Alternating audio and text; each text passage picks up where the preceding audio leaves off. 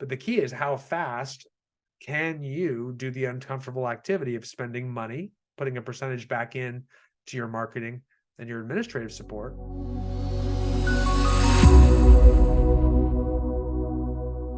Hey, this is Brian Icenhower. Welcome to the show today. I'm going to talk to you. I'm going to try to do something a little bit unique today. I'm going to try to explain how to build a real estate team in 10 minutes. Okay. Again, this is not going to be the detailed blueprint. That's for sure. But I do have a book called The High Performing Real Estate Team, which is probably the closest thing to a detailed blueprint that's in existence. It's one of the most detailed books on it you could ever imagine. It's called The High Performing Real Estate Team. Inman gave it the 2021 top real estate industry book of the award of the year too, which was kind of cool. But I'm going to try to do it in 10 minutes, which is a little bit tougher to do. There's a bunch of different ways I could do it. So I think I'm going to do it here in 10, but I do want to put it, before I do that, I want to put a caveat on the beginning of it. I'm going to assume, I'm going to make one big assumption. And that big assumption is that you don't want to put a bunch of money in to your team at the start. Most don't, but we have had, we do run a coaching and consulting company where we coach the majority of the highest performing real estate teams and brokerages in North America. And so we coach a lot of people, and some of them do come in, like I've they all are different shapes and sizes, but it's not uncommon to say, hey, I've got a lot of money. I came out, I sold my business, or my husband's a successful plastic surgeon or something like that. And I want to get going right away. And I want to invest some money and hire some people to start. And I know that, that's going to cost me money and I'll probably lose money my first year. I've seen that done and I've seen it work. I've actually seen it. I've seen guys come in and say, hey, I'm willing to, I've got, I won an insurance settlement, or I got an inheritance, or I got a pension or retirement or something. I got this much money to spend and I can invest this into it. So I've seen people do that to get there faster so they can get out of production quicker and be running on top of a business and not be in the sales business faster. It can happen, and there's different ways to do it for different folks and different, depending on what they're trying to do, where they live.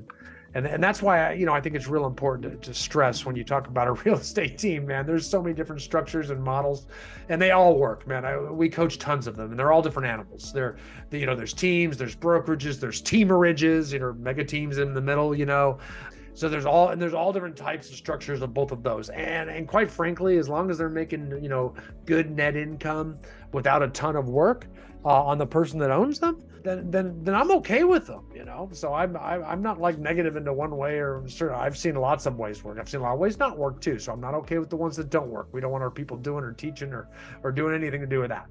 But I will say, so we're going to assume you don't want to put a bunch of money into it. Okay. So that's the first thing. You don't want to put a bunch of money into it.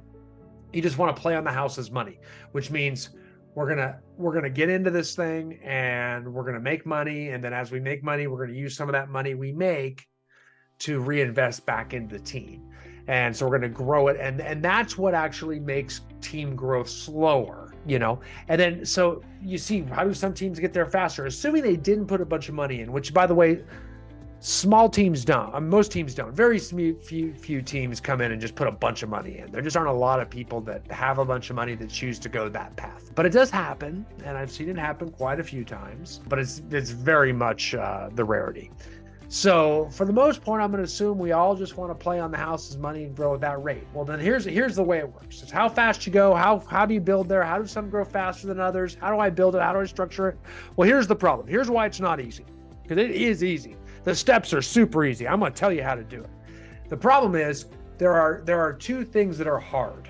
Okay, so they're simple. Everything in it is simple. I'll say that. It's not easy.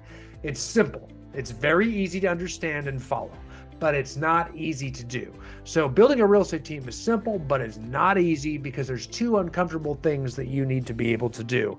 And quite frankly, I'm happy that they're hard for you, because that's what gives, my existence, my professional existence credibility, is because you have a need for me. And it's what we're always trying to get. All my coaches and consultants and all of our training systems, everything is designed to get our clients, whether it be leaders or their agents, to do one of two, hopefully both, uncomfortable things. Number one, we try to get them to do uncomfortable activities, things they don't want to do, like things to get business. We'd all rather do customer service. We don't want to put ourselves out there and prospect and engage in sales forever. That gets exhausting, tiring, it's embarrassing and vulnerable, all that, all those terrible things. So we don't ever want to do uncomfortable activities. As leaders, we don't want to recruit. We want to attract. We want them to just come to us. Same thing in sales. We want them. So, mix it. So how much uncomfortable you're willing to take speeds you up. You know what I mean? If you got to go slow and you have to wait for it to come to you, it's going to stretch it out. And that's true in lots of different avenues. That's fine. And I'm okay with that. It works fine. Same with money. If you're going to invest less in marketing, then you'll get less and you will have less to invest and leverage and grow your team. But if you invest more, you'll make more. So as coaches, we're trying to say, do more uncomfortable stuff and invest more in your business. Right? So we're always trying to get you to put like 10% of your GCI back into your marketing to bring you more leads. We don't want you to go over that, but 10% of your GCI is a lot for a lot of people, right? So we're always trying to invest in that. And then at a certain point, when you get up in production, we're trying to get you to hire admin. So we're always trying to keep your marketing and advertising up at 10%, and your admin's probably somewhere around 10% of your GCI as well too. So we're always trying to get, those are your two big expenses, right? So that way you're selling more and you've got people servicing you and handling your marketing and handling your transaction coordination and all of those expenses. And then you've got marketing expenses.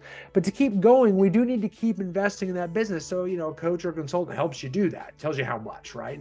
And forces you to do it when you can't do it. You know what I mean? That's the hardest thing is, I don't care who you are. It's no fun to do it. I don't care how big of a company you run or have. It's no fun to keep increasing the marketing budget, right?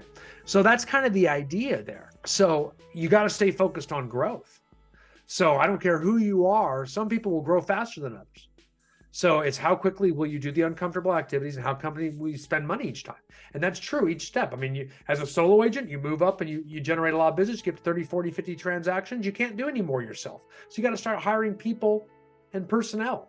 And pretty soon you're going to bring on other buyers agents and give them a split. And that costs money because you're giving them 50% of maybe some of your buyer sides because you can only handle so much business. I mean, getting past 100 transactions as a solo agent is crazy. I've seen it done, but it's brutal. So you got to start using people and run a business. Stop being a warrior and being a chief, right? So how quickly can we get to that 100 homes and bring on some buyers agents, sales agent, and then we got to go past that and bring on more agents and keep recruiting, but they don't want to sell and they don't want to work and I don't want to hire. So how quickly can we just keep growing and keep bringing on the ones that do want and not worry so much about the ones that don't work and cause drama, and we keep growing or not? We don't want to do that. We want to worry about the people we've got first and make sure they're happy. So we're going to slow down that growth, slow down that more income, slow down the path to getting to where I don't have to work as much. So every time you make those decisions, understand it's okay. But that's what coaches do. We try to get you a little bit more uncomfortable so you move a little faster to more income, because you'll say you want those things and it's simple. I can see them all. Let's do it. And then when you do it, now all these, I don't want to spend money. I can't because of this. I can't because of that. Oh, I don't want to do that activity because of this, or I can't because that doesn't work here. That doesn't work. All those things start moving up. So that's why it moves slow. It's always for the same reason. Any team growth is almost always because we stopped growing. We stopped and we started putting out fires and problem solving. Always. Or we were unwilling to leverage and we were going to just continue to do it ourselves, so we didn't spend the money and reinvest it back in the business when we could. So that'll slow it down too. It's always one of those two things. So that's kind of the key, because that's what we're going to keep doing. We can build that team. We can keep going from there, man. I mean, you've built a team in 10 minutes. I mean, but you can keep going. I mean, the team get bigger and bigger and bigger. I mean, but again, it's going to be more uncomfortable activity, more recruiting. You can recruit an ISA division. Then you got to pay the ISA manager. Then you got to pay your ISAs. Then you got to pay the lead sources for them to convert. That all gets stressful, right? That's hard to do when sales drop, when inventory's low, when mortgage interest rates go up, or whatever's happening in your life. All of those things can occur and slow down that growth and give you reasons to not take one of those two uncomfortable steps, uncomfortable activity or spend uncomfortable money, all the way through. And you'll see that through slow markets when sales volume drops. You'll see team leaders do that. What they'll do is they'll say, hey, I mean, I'll grade people on this all the time, right? I'll say, hey, we go through a slow market. go through a year that's a little slower, and sales production nationally goes down. So all the teams' production, they feel it, and things are a little bit different. And the agents that grow, there are agents that grow through it, and teams that grow through it, and they're the ones that kept recruiting through it because they saw the agents getting disjointed and everybody's worried and all these wandering nomads, and they got out there and they recruited and they picked them all up and they grew. So they're actually, even though their current agent size, let's say a team of 20 agents only sold 200 homes, well, they grew to 40 homes. I mean, they grew to 40 agents during that slow year. So by the end of the year, heck, they actually sold 250 homes. They went up a little bit because they doubled their size. So the team actually grew because they actually hit the gas pedal and didn't sit around and put fires out all year. A lot of agents doing that too. They're getting back to work. They're rolling up their sleeves and they're prospecting as well too. And they're getting back to work. And that's what agents need to be doing. Leaders is a little bit different. Leaders, there's two levels of success. And I always say, so solo agents, when sales volume's down, man, you got to get back to work. You got to roll your sleeves up. We got to do things to generate more business. Either got to do those activities or we got to spend some money or both, but definitely those activities, and then we can get our business production back up, or don't blame it. You're just taking what the market gives you. It's gone down, so you're going to get a little less. That's just the way it works. Don't complain. You could have done something about it. You're only doing half the business, customer service part. You're not doing the sales and marketing part. And so if we can get back into the sales and marketing part, you'll be a leader. And then leaders, we have two issues right now. Like I'll give leaders an A+ or an A-. A leader that gets an A- is through a down market. So sales volume drops. What do? They roll up their sleeves and they go back to work. They get their listing count up. They go back to work. That's great. Okay. That's an A- because you went back to work and you muscled through it and you put a little bit of the production on your back and a little of the income and the revenue that your business needs to get through this because sales volume dropped yourself and you rolled your sleeves up. You might even get back to recruiting yourself if you don't have someone recruiting for you. Who knows? But by leaders that get the A+, believe it or not, they did something a little better. They weren't lazy, but they just kept recruiting and didn't get back into production themselves. They just did what that last example I gave you. They added 20 more agents and brought the production in from other agents. So they just kept leveraging. So they didn't have to give their time up and the business wouldn't get used to requiring them to sell over and over again. But that's scary. I mean, through a down market, to just keep recruiting and hope that agent production. I mean, you bring on 20 agents, you got to assume only a small percentage of them is really going to bring you in production right away or succeed at all, really, for that matter. So that's risky. And that's like flying the plane a little low. It's kind of a little dangerous through a low market. You might have to put some money into your business. But the guys that did that and made it through didn't take any steps back in their team building either because they kept growing.